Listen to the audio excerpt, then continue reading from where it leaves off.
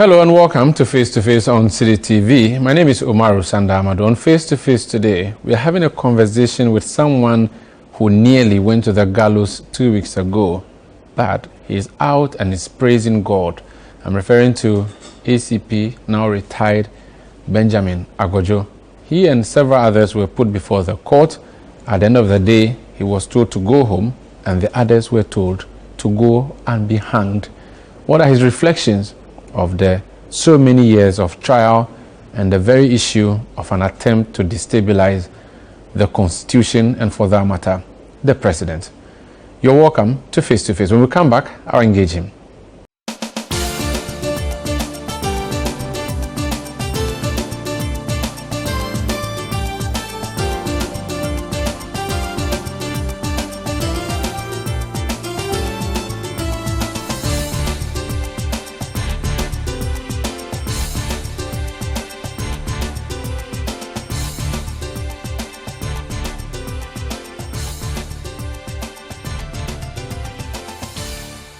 You're welcome to Face on City TV. My name is Umaru Sandamado. My guest is in studio. Hello, you're welcome to Face to Face.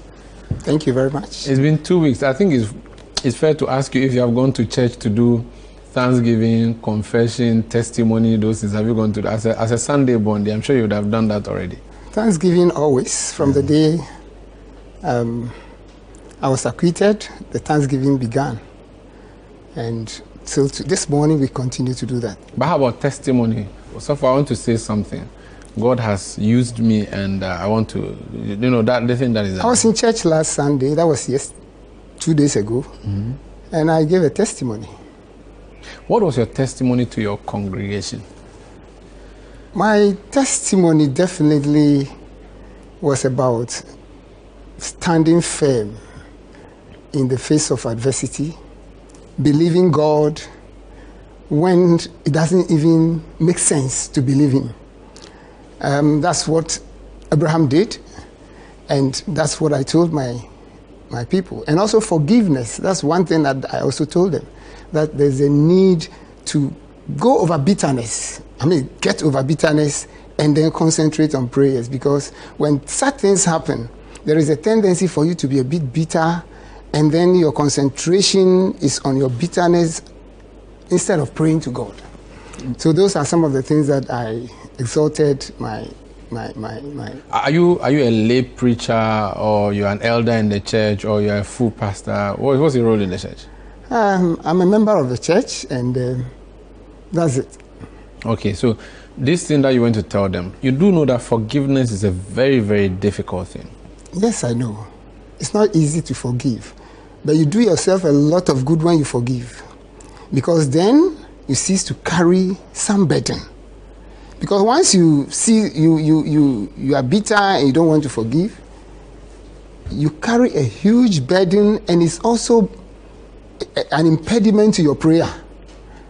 Because the Bible says it, that when you are going to offer a prayer and you remember that you have done something against somebody, or somebody has done something, you hold a grudge against somebody, put your sacrifice down, go back, reconcile, come back and do your sacrifice. But people talk about closure. It is for that reason that when people have their family members killed, they want that person to be also killed, then they would have closure. If someone has their family member robbed or raped, they want to see justice, and that's the only time that they can have closure. If you forgive, that's in the realm of the spirit. Yeah. You do not feel it physically, do you? Definitely, we are talking about two things here. We are talking about the justice system. Yeah. Where whether you forgive or not forgive, the state is likely to go ahead with its case. But you must have some peace within you by forgiving. If you forgive the person, and then the state decides to execute the person, you have done your part. You have done your part, and you cannot be blamed for it. But if you continue holding that grudge, it affects you personally. I see. Let's take it now from the genesis. What I remember was breaking news. Some people had been arrested. They had bought weapons. They were trying them around the Teshi firing squad area. They had also been searched. Gravels were found. some tools were found. I'm trying to recollect some of the tools. There was a pen drive. All of those things, conspiracy to overthrow the regime. You have been a police officer exactly the year I was born. That's when you started being a police officer. There have been coups in the past. I'm not sure if you've lived any coup d'etat before, but I found it laughable at the time that they said a heap of sand was found, or gravel or something to that effect, a recorder, a pen drive. I found it a bit bizarre. I thought it was just politics. But then it traveled through the courts for 4 years plus, and then eventually judgment was delivered. How did you first have this information that you were a suspect in an attempt to destabilize the state? I first had the information when I got to, first of all, I've said that the IGP called me. I don't want to be mentioning names here, so the then IGP called me on phone and then... Was that Bueno? Yes. Okay. And then informed me that, asked me to come to his office. So when I got there, he informed me that the BNI wanted to see me. I asked for the reasons, and he never gave the reasons. And according to me, they never gave any reasons. They only asked me to report. They just wanted me to report at the BNI. So even then, I didn't know why they were calling me. It was when I got to Vakpo the next day. Vakpo being your village in the my village in the Volta region, because I had then told the IGP that I wasn't able to make it, okay, because I had a funeral, and besides that, I had just returned from peacekeeping. I had not even reported to the police officially or formally, and therefore I was going to the funeral and return. Incidentally, when I got to Vakpo on Friday, there was this news flash that one senior officer and myself had been invited to the BNI and granted self-recognizance bail in connection with the alleged coup d'etat. That was where I got the first hint of why I was being invited today. I had not even reported, but there was news item out there that I had gone there, and that tells you that everything was planned ahead. And even though I had not reported, they had given the hint that I had reported. Okay. If I had been programmed, okay, sort of to be executed. So you were in Volta region when you saw the news that you had been arrested and granted bail. Yes, please. But you had not. I had not. When were you formally arrested? That was on the 4th of November 2019. Where were you arrested? I was arrested at the BNI because then I had... So you brought yourself? I had to report because the IGP asked me to report, so I did. Without any reasons assigned, but I did because he actually appealed to me that I should really honor the invitation. There was this report that you were arrested at the airport, having arrived from a UN program. That was not true? Those were some of the fabrications. And I was never arrested at the airport. I was arrested when I reported formally to the BNI with my lawyer. So they read your rights and then arrested you formally? They never even... Those are some of the problems challenges that I have with the BNI. They never read any rights to me. We entered interrogation room, no rights were administered to me, and they started interrogation. But they told you that you were under arrest? They never said that. Did they place you in... Did they put handcuffs on your... No, they didn't place handcuffs on me. So there was never a time in the 4 years that you had handcuffs on? No. Okay. Now, when you went to this BNI place, they allowed you to go inside with your lawyer? They allowed me to go inside with my lawyer. And then we entered the interrogation room. They had arranged the chairs, and they asked me to sit down in the middle whilst others sat around.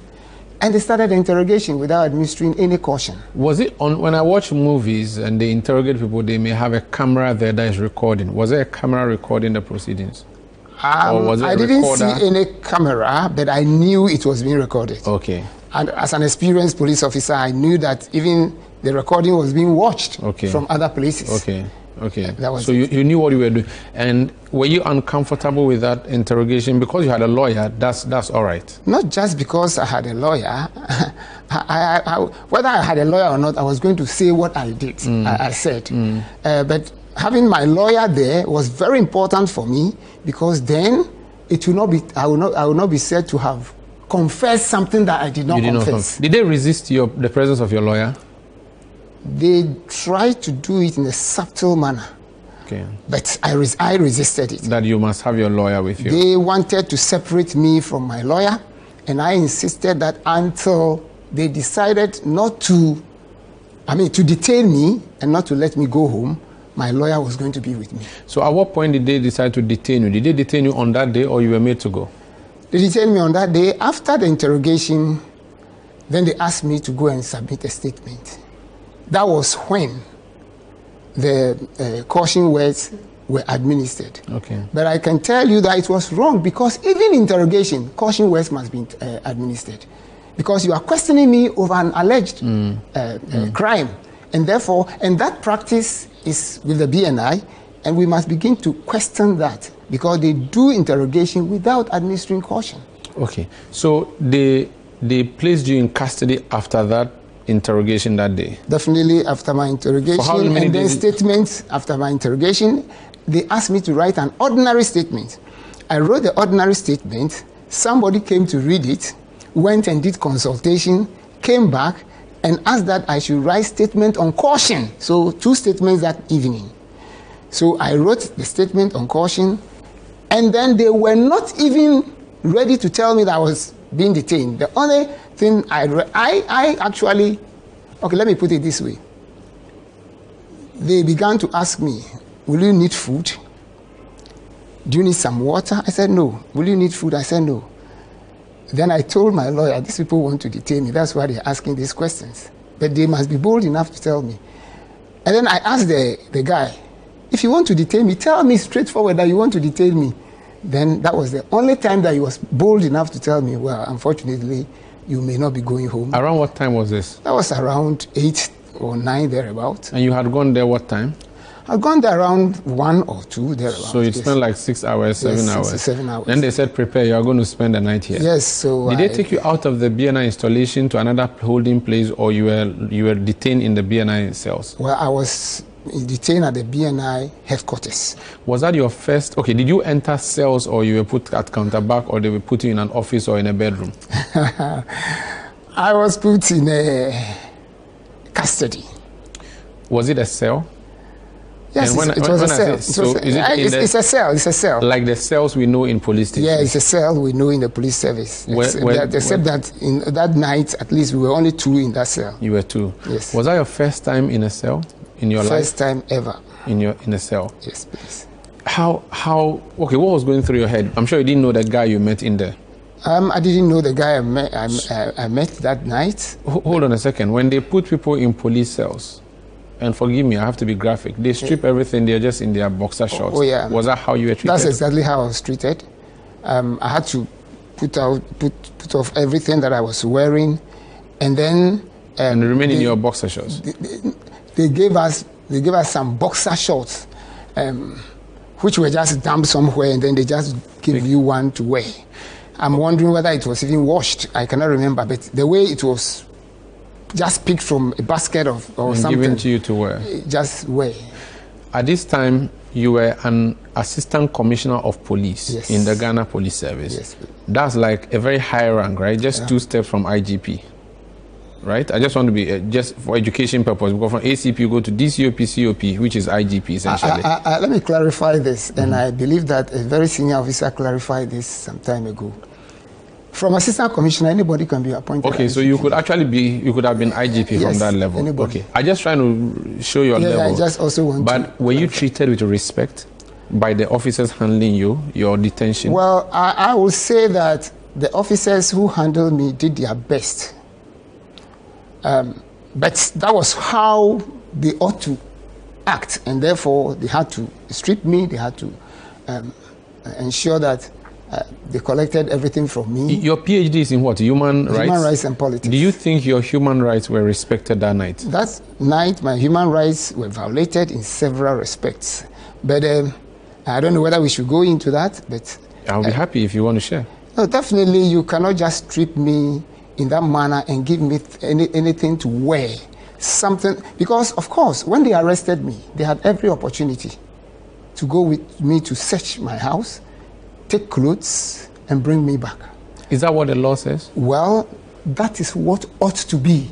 You have arrested somebody who is alleged to have abetted the highest crime of the land.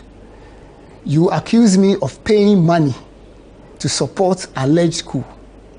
The worst case scenario, you should go to my house, check my checks, do a few checks, even to the bank, check my account, even to the extent that you could even freeze my account. They never did any of those things. No, just on the specific issue of what happened to you that night. If you had your way, yes, they should have taken you home to pick fresh clothes that you would spend the night in. No, we are talking in general terms. I know. So you are asking whether my rights were violated. And I'm beginning to tell you how I was stripped naked. Yes. I was not wearing anything. So my point to you is that yes, we do know that rights have limits in certain circumstances. Definitely, I agree. So under that circumstance, do you agree that your right was limited? My your right of movement was limited? Definitely my rights were limited. Once you are under arrest, you have been restricted. So then what they did was not wrong. It doesn't mean, then you would as well say that they could strip me naked. And they were not wrong. There are limits to everything. Even in enforcing the law, you have a limit to what you can do. You see, because you have been a senior police officer, and this happens in police stations all the time, yes, where people are just locked up in their boxer shorts. That's why I was able to say that. Now, you would say that that is the standard operating procedure. Let me tell you something. Yes. When I was sent to, remember I spent just about 5 days at the BNI cells, and then I was sent to the police cells. I had my singlet on. Not only me, others in the cells had their singlet on. You mean at the police cell? Yes, at the police cells. But at BNI, it was just the underwear? Just the underwear. The shorts? And maybe that's the shorts I'm talking about. Yeah. Some shorts, that's it. And then there was TV there for people to watch. There was time there for people to look at it and to know the time. People could make calls. In police cells? Not in police cells. The police will assist you to make your calls but to in your BNI relatives. Cells, no? No, nothing like that. So BNI perhaps operates differently than the police? Well, is that what they ought to do? That's the point. When you spend your first nights, I don't know how you sleep. Do you sleep on your back, on your side? Let me say that when I slept, did you sleep? And I slept very well. You were able to? I'm telling you, I slept very well. The reason was this: I slept with a very good conscience. I knew I hadn't done anything, and I began to plan what I should do. Nice. Because already I had seen that I had been arrested, I had been detained. My only worry was with my family. You were comfortable in that place? I wasn't comfortable, but I slept well because my conscience was alive, and I slept well. Was it a bed, or you slept on the bed? There was a mattress there. There was no blanket. No bed bags? Nothing. No, there was no. Okay. There were no bed bags. No blanket. You were not feeling cold? No, I didn't have any blanket. I don't remember having any blanket. I just slept. For 5 days, that's how it was? That's how I slept. Food was being brought, but you rejected it? Food was being brought, but I didn't eat. You rejected it? Yeah, I rejected it. I didn't eat. Because you were suspicious that they would poison you? That's not exactly so. I didn't trust them. You didn't trust them? Yes. Not poisoning, but I didn't trust the BNI to the extent that I could eat their food. Especially when they could just fabricate stories and want to put you in cells and all kinds of things that they did. So you were an old man as of that night, but did you break down at any point and cried? Did you weep like a baby in the midnight when you were in that cell? I couldn't have cried. I told you I slept very well. Maybe the second day? And I began to think of... I saw that thing as an opportunity to begin to tell the stories that I'm telling today and to begin to put into writing the whole thing, the whole story. What was occupying your mind? Did you have a book that you were reading? Did you have something you were writing? What was occupying you in that cell with just two people? I began to reflect upon this whole thing and began to see where it was coming from, why they were doing what they were doing, and I began to understand who could be behind this whole thing. But you were not bored? I wasn't bored. You were not whistling, singing, dancing, nothing? I don't remember, but I could be humming some songs because I didn't want to disturb anybody. But I was prayerful at the time, seriously. So you must have been praying as well? I must have been praying. I was praying, not I must have been praying. I was really praying. When did your cellie leave you, your cellmate? Or he was there till you left after that? Well, he was there till I left, and he's still been there. I met him in court a few days ago. He has never been granted bail. A few days ago? A few weeks before. Okay. A few weeks before okay. our. Yeah. Okay, and I know he's still there. He's not been granted bail. Still in BNI custody? Yes. Did you get his name? Maybe if I remember, I wouldn't want to mention it. Okay. And do you know what he was standing? He was being up for? It's in respect of this Afoko case. I see, Paul Afoko. Yes. This is Face to Face on City TV. My name is Umaru Sandamado. My guest, ACP Benjamin Agordzo. We're just walking through his first time in BNI cells over allegations that he was trying to overthrow the constitution. You do know that the courts of the land have since told him to go home and be a free and a happy man. He has been acquitted. The people he was standing trial with, though, have been sent to prison. They're supposed to be hanged. We don't know if that will be executed or not. When we come back, I'll ask him about the court trial itself leading up to his acquittal and discharge. Stay with us.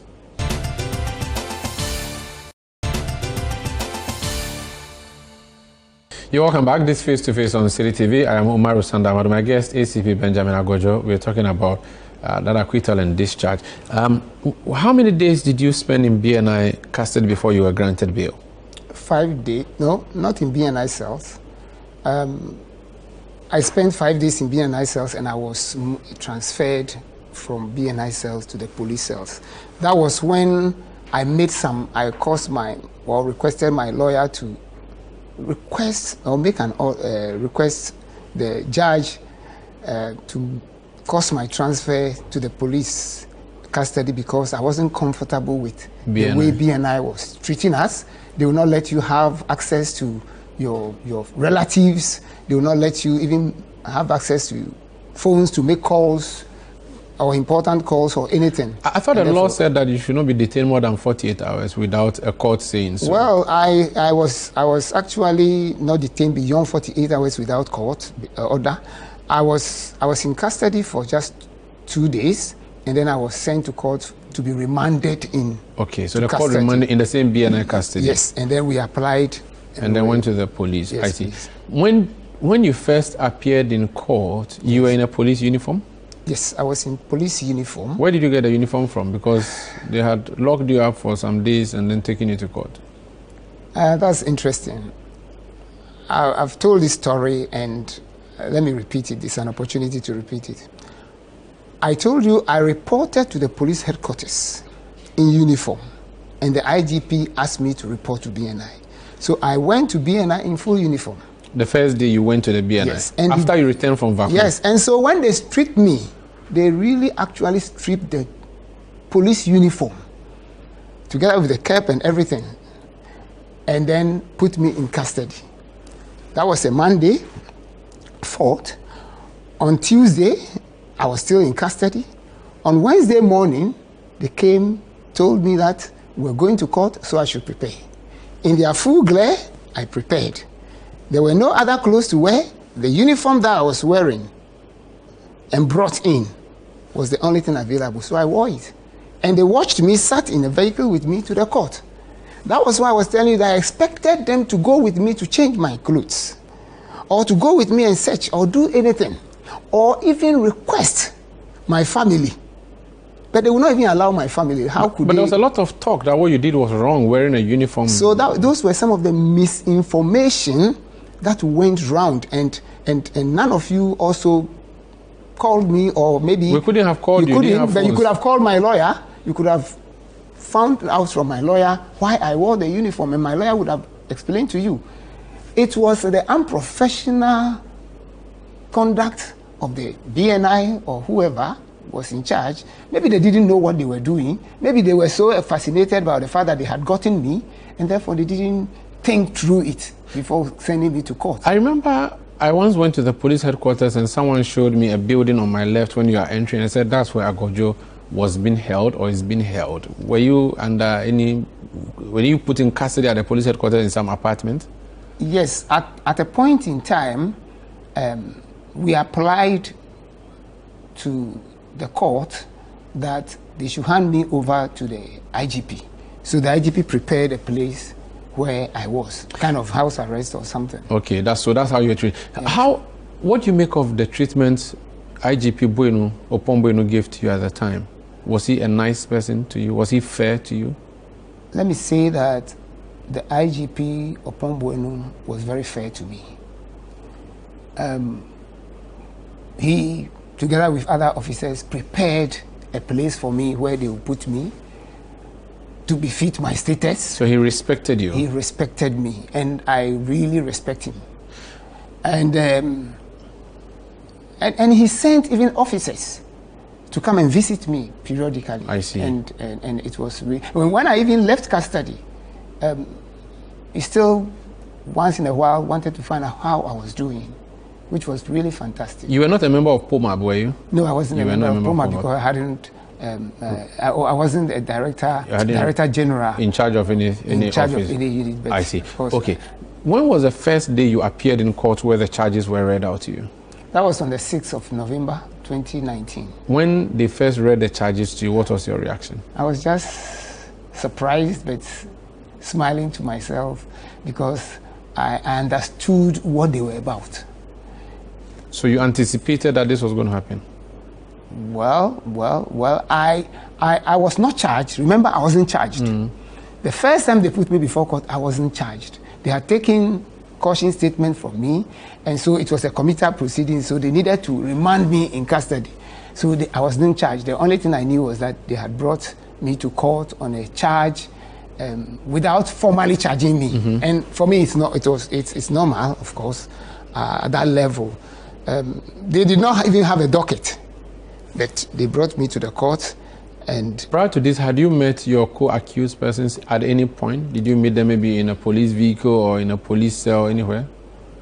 Did you know who you were standing trial with? The day I was brought to court, I went there alone. So I had never met any of them. I had never met them, and I never met them in court. I see. Subsequently, when the charges were fused or merged, and then we all appeared together, then I got to know. Did you recognize them? Are they people you knew? I never knew them. I've already said that I knew Dr. McPalm, whom I met once. The others I had never seen. You didn't know any of the others in there? But the interesting thing was that even in their facts at the court, the prosecution peddled falsehood by saying that I knew Colonel Gameli, and we had spoken about and discussed the coup, and then met Dr. McPalm, which were all falsehoods. It's not true. It's never true, and they knew it was not true. Did you meet Dr. McPalm because you went to his hospital at Alajo, or you met him because you were plotting to overthrow the country, the government? First of all, we never plotted to overthrow the government. It was something I could never have done, and I will never do. I didn't meet Dr. McPalm, neither did I meet Dr. McPalm at his hospital. My first contact with Dr. McPalm was on WhatsApp call. And then subsequently, some chats, WhatsApp chats. And then through that, I got to know he was doing this medical outreach program, which was on the platform. And there were pictures of such programs having been conducted. You didn't know him from anywhere? I didn't know him from anywhere. And all of a sudden you started chatting him and talking to him? Oh, you want to know what we talked about? No, how you started talking. Yeah, we started talking. I told you we started talking on WhatsApp. Who called who? Him? He called me. I was even outside the country when he called. And then as we talked, he told me... So a stranger just called you from nowhere? Or he was... Now, if you will be a bit patient, I will explain to you. All right. Now, a stranger calls me, introduces himself, and then tells me, well, I listened to your IDEC presentation. It was fantastic. We are doing this NGO where we are democracy-oriented kind of thing. Okay. And then we are mobilizing people to support communities here and there. And one of the objectives is this medical outreach program, and whether you are interested in joining us. Then I said, send me the profile or objectives or goals of the. I see. And then he forwarded the profile to me. This profile is even on the net. So he added you then to the WhatsApp group? And I agreed to be added to the WhatsApp group. And then as we continued chatting, they began to do this. I realized that they were doing these projects of going to help people in the communities and other things. And people were contributing. And remember, I said elsewhere that on this platform we had journalists, we had lawyers, a number of them, we had professors. Which platform was that? Is that a TAG platform? Okay. Take Action Ghana. Yeah. We had a lot of lawyers, we had a lot of doctors, we had a lot of professors on that platform. So it wasn't a matter of somebody deceiving you into a platform. No. What I knew was that it was a credible platform, a democracy-oriented platform that was also helping deprived communities. So and that's why you joined, and that's why I joined, and that's how I contributed. When did you first meet MacPam physically? That was the following year. I don't remember the date exactly, but was it an event or was it one? I had come on holidays, and then I needed to give him my donation, and that's how come the donation that the state said you were donating to the cause. Yes, of the donation that they said the 2,000 that was used to sponsor a coup in Ghana. That's what it meant. Ghana is so cheap that we can use 2,000 to sponsor a coup. And that's what I see. So that was the first time you met him? That was the first time. At no point did he say to you that enough is enough, let's overthrow the government? Never. And that's why I'm sitting before you here. And nobody in that group, the TAG group, has ever mentioned anything? That is why I'm seated here, because the court did not find that evidence, and there was no evidence, and they can never have any evidence because there was nothing like that. Nobody on the page has said anything about overthrowing any... Nobody on the page that I was, on the pages that I was, ever said anything about overthrowing the government. You mentioned the IDEG platform. That's what catapulted you into problem and also fame. Yeah. You talked about the Arab Spring in reference to what happened in Tunisia, Abdulaziz, having gone to Abdulaziz Bouteflika of Algeria, all those people going to Hosni Mubarak in Egypt, all of those people. You were asking for a revolution. You were asking for a people revolution where someone bends themselves and cause a trigger for people to be overthrown throughout the region. Unfortunately, this is not what happened as presented by you. That's your version of it. Okay. The truth of the matter is that we're on a platform, we've been chatting on a number of issues, and somebody asked of my opinion on something, and I expressed it. And in Ghana, I didn't know until then that we had stagnated our democracy to the point, retrogressed our democracy to the point that a free opinion could be criminalized. What was the free opinion you shared? The opinion was, he asked whether, he asked a question about Arab Spring. I said, well... This was not IDEC, this was on the WhatsApp platform. This was on the WhatsApp platform. Someone asked you? Someone asked me, not someone. Dr. MacPam asked me specifically. Okay. Okay. So I expressed my opinion about the fact that, look, the symptoms of Arab Spring are already here with us. The things that cause Arab Spring elsewhere are already here. Unemployment, other things, and I mentioned them. And I added, we better take steps to ensure that these things do not happen in Ghana. So you are forewarning? Look, and that was not the first time I had said these things. I had said this on Alert with Adam Bona platform. And that is where I know where this whole thing is coming from, because I said the same thing there, and then I repeated it here. Okay? So once they chanced upon it, they felt, okay, this guy, I think, is being consistent about talking a trend. But the fact is that that's my area of speciality. I talk about these things. I teach them. And therefore, I was just saying things that I had spoken before. And I must add that even to the extent that even my lecture notes, you could see some of these things there, and which we provided the court. That was what even gave me the bail. So when you said this, who noticed this trend and said anything to you? I've been advised strongly not to be mentioning names, but a member of government, a cabinet minister, who is on Adam Bona platform, quickly picked, and let me put it in context so that you appreciate it. I had spoken about this on Adam Bona platform. Then I spoke about this. On Adam Bona platform, it was civil unrest. And then here we spoke about Arab Spring. On the other one, Adam Bona platform, Alert with Adam Bona, it was, that's where the minister is. And so when the alleged coup was, the arrest of the alleged coup makers was announced, we started discussing this same thing on Alert with Adam Bona platform. And then we all started doubting it, just as you said earlier. People say, how could you use this? I don't want to actually go into those details because then I may be coming up with a different issue.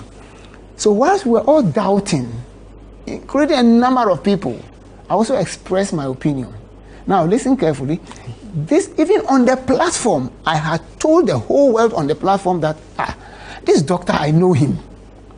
I've met him once. Then somebody on platform, are you saying you really met this man? I said, yes, I've met him. I know his passion about good governance and other things, but maybe I don't know him very well. Maybe, but I've met him once. No sooner than I had made that statement, the minister now posted my previous comments on civil unrest on the Adam Bona platform and added his own word. He is way off the mark. He must be brought to order. You've mentioned his name already, so you are free to mention it. I won't mention it. Maybe if you suggest it to me, I will agree or disagree. You are referring to the defense minister, Dominic Nitiwon. Exactly, but I won't mention his name. So you think that was the only reason that he went, the state came went after me because, you know, he or the state? He started this whole thing. Listen to me on this. I protested when he did that. I reported him to the administrator of the platform. The administrator contacted him, and we have it on chats. Because I had a chat with the administrator, and the administrator told me, well, he had contacted him and informed him that, look, this is a free platform. We express our opinion on security issues, and therefore he should stop what he was doing. And that was it. But less than 2 weeks, I was arrested. And mind you... Is that not too flimsy? Now you listen. Give? So he should take me on if he thinks it's flimsy, and I'll prove my case. Now, listen. The investigation against me was started at the Defense Intelligence. Ibema Camp. Under the supervision of who? The same minister. Before the case was transferred to BNI. But they are supposed to ensure the defense of the country. I don't have a problem with it. And that is why I'm saying that he initiated my arrest. He actually initiated my arrest. Do you have any problem with him? I don't have any problem with him. In fact, if I see him today, I will still greet him and respect him as a minister of state. So then why do you think he would come after you if you had nothing against him? I've already narrated why. But had you had any encounter with him? I've never had an encounter with him, but maybe he's being vindictive. Maybe he has something against me that over nothing. You haven't done anything. He hasn't done. I've narrated the scenarios. I get you, but my point is that he may not be comfortable with my opinions, and because you are not comfortable with my opinion, you decide to change. Rightly so, because he's a minister of defense. If he sees comments like that, he's alarmed. But okay, was that the first time he had heard those comments? Maybe that's when he had his own presidential candidate made comments about Arab Spring and said that Arab Spring basically. And I say, you've been in Arab Spring situation.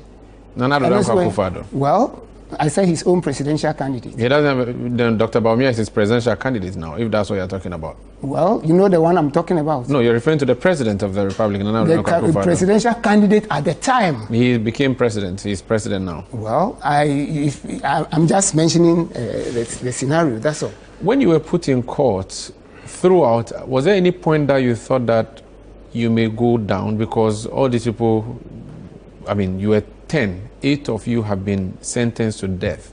Did you at any point think that you may go down with the others? I never ever had that thought. I could never have been part of that, and I knew there was no evidence. There was no evidence about me, and I knew the kind of stories they were cooking was not going to hold. Remember, I've been a detective myself. Out of my 36 years in the police service, I've had not less than 12 years as a detective. And so I knew that the evidence they had They were just trying to pick things. It was not watertight. But the AG himself said that they didn't have a watertight evidence against me, and that it was weak, and yet they proceeded. And that tells you that it was persecution. They decided to persecute me. When we come back, we'll talk about this persecution. This is Face to Face on CDTV. My name is Amadou. My guest, Dr. Benjamin Agordzo, ACP. I'll ask him this persecution that he's saying has been done against him, how he's going to seek justice, and also what's his future in the police service, which he has retired from, and also in Ghana generally. Stay with us. You're welcome back. This Face to Face on CDTV. ACP Agordzo is my guest. It's a working day. It's a Tuesday. You should have been in your uniform. You are not, which means you're either on leave or retirement, or you've been fired. Or maybe I've not resumed. Or maybe you have not resumed. Okay, which one is? Are you on retirement? Yes, I am. Forceful retirement or no, there wasn't forceful retirement. You reached 60. I'm duly retired. You don't look 60. Oh. Well, that is the sign of the blessings that I enjoy from God. I've always looked good, and this whole matter didn't disturb me at all. So you retired while you were on trial? Yes, that was last November, and that's exactly what they had planned. You see, Sanda, you will come to appreciate that the AG is also a member of police council, remember? And therefore, when they realized that, and we've had all the understand and talks and heard everything they were planning and everything, that they did not really want me to return to the police service. And that's why you see that they would start a case up to a point, and then there will be nulli prosequi, and then they will go in for another higher charge, and yet the same facts, the same disclosures, nothing new, and yet a higher charge. Why you? Who are you? Well, they may have to tell. Maybe, I don't know why they are doing that, but maybe because I'm outspoken, maybe I challenge the status quo, maybe because I confronted issues. I mean, I spoke openly about the presidency, not an individual, and revealed certain things that they thought as a police officer I should not, but I'm a citizen. Do you think the so-called persecution has to do with the name that you hold, or anything about you as a person, or maybe where you come from, anything? It is a possibility. You know, I can't rule it out, although I wouldn't say, I wouldn't pin it, but I would say it's a possibility, because this is not the first time it has happened to me. It happened in their previous regime, okay? When you say their previous regime, the elephant regime? Yeah, the elephant regime. During Kufuor's time, I was dismissed from the police service. Dismissed? Yes, dismissed for a flimsy thing, for standing for the truth. In 2000 and what? 2007. Under Kufuor's government? Yes. If you are dismissed, it means go. Yes. How did you come back? Yes, so I had to appeal, and then I was reduced from superintendent to DSP, and I climbed to assistant commissioner. Again? So when did you get recalled into the service? Oh, that was about 2 years later. That was 2009. So that was under Mills's government? No. Mills was the president in 2009? Yes, but the recall was done before he assumed office. No, but if you were dismissed in 2007... I am just telling you that I came back in 2009, but the recall had been done in before, 2008? Yes. So before Kufuor left? Thereabout, before Kufuor left. I must be frank that it was done before President Kufuor left. Are you anti-MPP? Have you seen anything like that about me? Have you seen me in their colors or in any other color, or spoken openly about any... no. When it mattered most, I served Ghana. Are you pro-NDC? When it mattered most, I served Ghana. I served both parties. I'm the type who will do my work the way it should be. And my one thing I've been proud of in this country, which I will always mention, is about the 2016 election, which I was at the center of it, the planning and everything, under the supervision of Mr. Yonu and then the then IGP, Mr. Kudalo. Do you remember that election? 2016. Not even a fly died. Compare that with subsequent elections in Ghana. And during that time, all the big people in MPP today, the previous chair, the secretary, the general secretary, and other people, we called for meetings at the police headquarters. Was there any indication, or did I show any sign of bias against any of them? They could have mentioned my name. They could have talked about it. Those who are biased, you know them. Do you think they don't like you, the NPP? Maybe so, but I don't even want to go there. Because the way they have treated me... that's why you were prosecuted? The way they have treated me, I can say that they don't like me. Maybe they don't like my name. But I've not done anything to give them the cause to dislike me. But it was a state that treated you that way, not NPP. Who is representing the state today?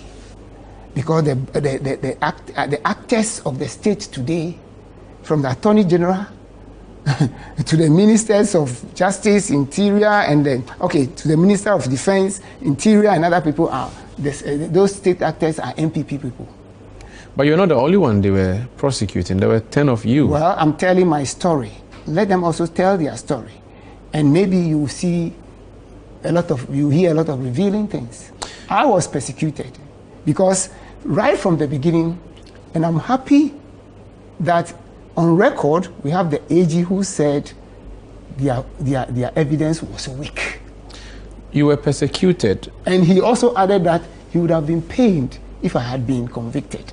Because he knew he didn't do his... He knew he didn't have any evidence against me. If you were persecuted... So that's a sign of there's persecution. Something called malicious prosecution. Your lawyer hinted that it's something you intend to do. Would you go on that? It's still under discussion.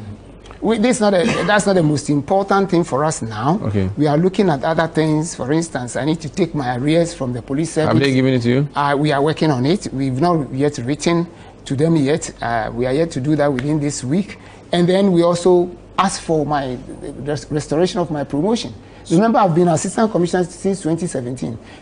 Some people became assistant commissioners even in 2018, and they are commissioners today. So when did you retire formally? November last year. So that would have been, you've done 5 years.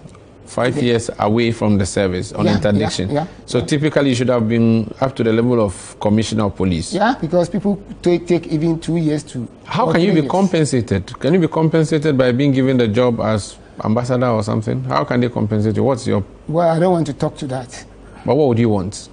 Well, when we get to... The court has restored your image for you, but in the public's eye, how do you want to see that restoration?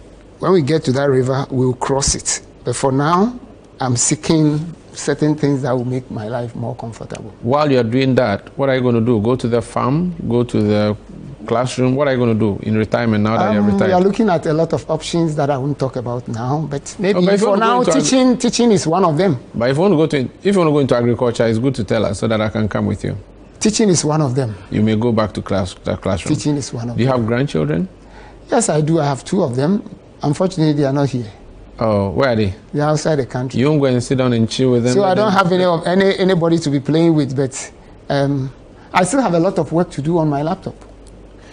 Please wear your glasses when you sit behind your laptop because the rays there may affect you. We want to see you healthy and strong in the next 20, 30 years. And I do that always. Thank you so much, and we wish you all the best. And I should say, lucky you. Blessed me. Blessed you. Yes. That would be it for Face to Face today on City TV. My guest, should I still call you ACP or I should say retired ACP? ACP. Okay. Doctor. Retired. Okay. ACP book doctor, not medical doctor, Benjamin Agordzo. Senanu is his local name. It's also called Kwesi. My name is Umaru Sandamado. This has been Face to Face. Thank you for joining us.